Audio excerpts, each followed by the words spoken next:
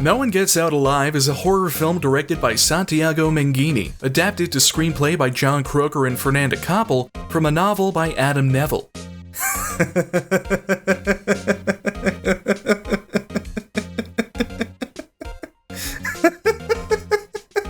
I didn't fucking realize that. The premise of the film is that an illegal Mexican immigrant is struggling for survival in Cleveland, Ohio, after taking care of her ailing mother for some time. Fighting against an impoverished lifestyle, she begins renting a room in a ragtag boarding house operated by a very handsome and overall pretty cool man named Red, where she begins to see and experience an abundance of horrors from her past, as well as signs of something sinister drawing near.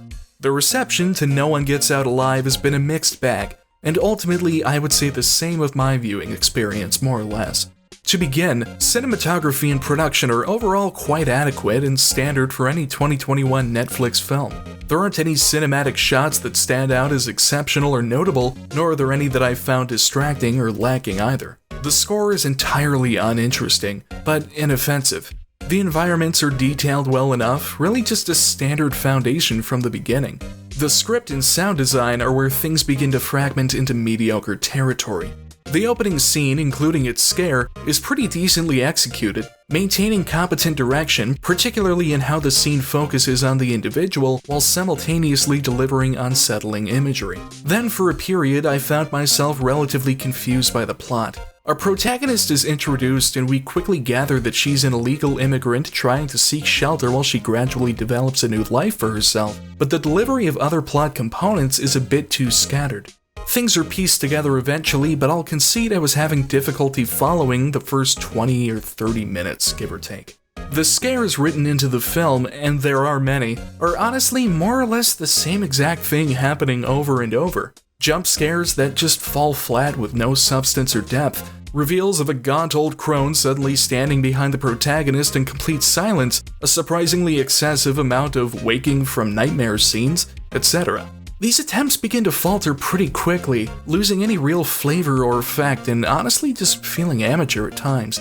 Even if the effects range from adequate to pretty good, the accompanying sound cues with basically every scare in the film waters things down considerably. There are a few exceptions, but some of them don't even constitute an entire scene.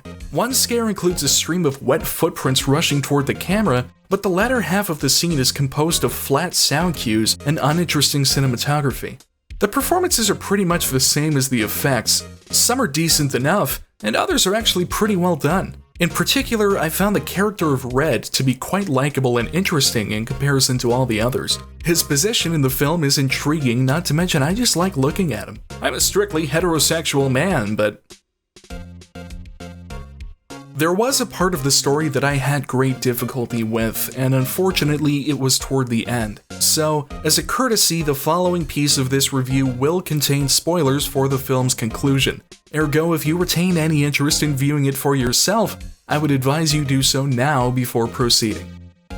So in the climax of No One Gets Out Alive, the protagonist is offered as a sacrifice to the Aztec goddess Itzpapilat, who intends to decapitate the immigrant in exchange for her prowess. However, as the protagonist lies on the slab, she dreams of visiting her deteriorating mother in a hospital in Mexico. The mother begs her to stay, becoming increasingly adamant and aggressive, until the protagonist finally throws her to the bed and violently smothers her with a pillow. As the dream concludes, the goddess retreats into her stone box, allowing the protagonist to live and seek revenge against those who offered her. Why the fuck did the goddess let her live? Why would killing her mother in a dream spare her Itzpapilat's wrath? Was the fantasy of matricide just too delicious on its own? Did she just want to live way more than the literal dozens of previous victims over the years? I ended up researching the synopsis on Wikipedia after viewing the film just for the sake of clarification, and found that apparently the dream was supposed to indicate that the protagonist killing her mother was true? That she committed that murder and fled to the US for sanctuary, I guess? And because she dreamed that particular moment in her life on the slab, the goddess accepted that as the sacrifice. But what fucking sense does that make? First of all, there was nothing about that particular sequence in the film to indicate that it was more or less authentic than any other dream that was previously presented in the story. I'd been under the impression it was entirely a fantasy. I have found no details implicating it was an event that actually occurred. Secondly, her committing matricide had nothing to do with its papillon. It was literally a selfish act of murder. It didn't even take place in the same country. Why would that be a sufficient sacrifice, but every other woman had to be decapitated directly?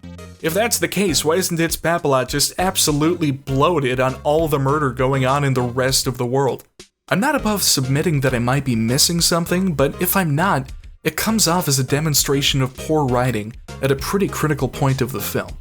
Beyond that, no one gets out alive is fine. As far as little Netflix horror films go, it's perfectly acceptable and generally inoffensive. There are facets delivered that are very competent, but they're too evenly matched with other facets falling short and slipping into the same tropes we've seen time and time again.